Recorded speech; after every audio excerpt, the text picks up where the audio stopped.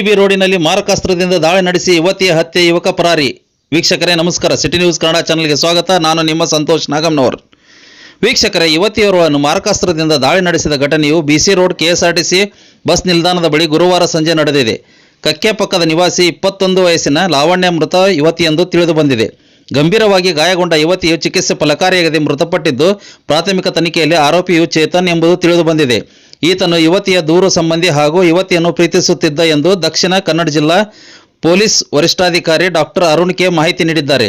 ಲಭ್ಯವಿರುವ ಮಾಹಿತಿ ಪ್ರಕಾರ ಲಾವಣ್ಯರವರು ಕಕ್ಕೆಪದವ ಕಡೆಗೆ ತೆರಳಲು ಕೆಎಸ್ಆರ್ಟಿಸಿ ಬಸ್ನಲ್ಲಿ ಕೂತಿದ್ದರು ಎನ್ನಲಾಗಿದೆ.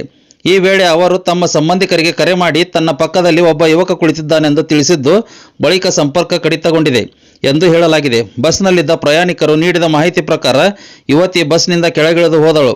ಬಳಿಕ ಯುವತಿಯನ್ನು ಬೆನ್ನತ್ತುತ್ತಿದ್ದಂತೆಯೇ ತಿಳಿದು ಬಂದಿದೆ ಹಾಗೂ ಯುವಕ ಬ್ಯಾಗ್ನಿಂದ ಹರಿತವಾದ ಆಯುಧವನ್ನು ತೆಗೆದು ಯುವತಿಯೇ ತಪ್ಪಿಸಿಕೊಂಡು ಹೋಗಲು ಪ್ರಯತ್ನಿಸಿದ್ದಾಳೆ ಎಂದು ಪ್ರತ್ಯಕ್ಷದರ್ಶಿಗಳು ತಿಳಿಸಿದ್ದಾರೆ. ಯುವತಿಯ ಮೇಲೆ ಮಾರಕಾಸ್ತ್ರದಿಂದ ಹಲ್ಲೆ ನಡೆಸಿ ಆರೋಪಿ ಚೇತನ್ ಸ್ಥಳದಿಂದ ಪರಾರಿಯಾಗಿದ್ದಾನೆಂದು ತಿಳಿದು ಬಂದಿದೆ. ಘಟನೆಯಿಂದ ಕೆಎಸ್ಆರ್ಟಿಸಿ ಬಸ್ ನಿಲ್ದಾಣದಲ್ಲಿ ಕೆಲಕಾಲ ಆತಂಕ ವಾತಾವರಣ ನಿರ್ಮಾಣವಾಗಿತ್ತು.